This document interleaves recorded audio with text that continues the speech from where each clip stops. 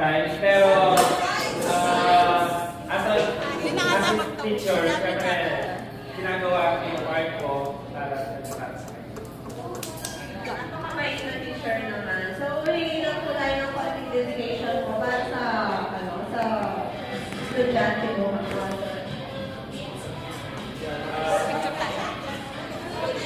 Ay, picture lang kami. Gusto ko para sa kanya, sana lahat ng pangarap niya sa buhay ay natupad niya. Tapos, sana maging magandang kasabihin mo sa mga kapatid niya. Ikaw pala yung kapatid ko eh. Maraming salamat, sir, sa napakagandang Bulky, magulo.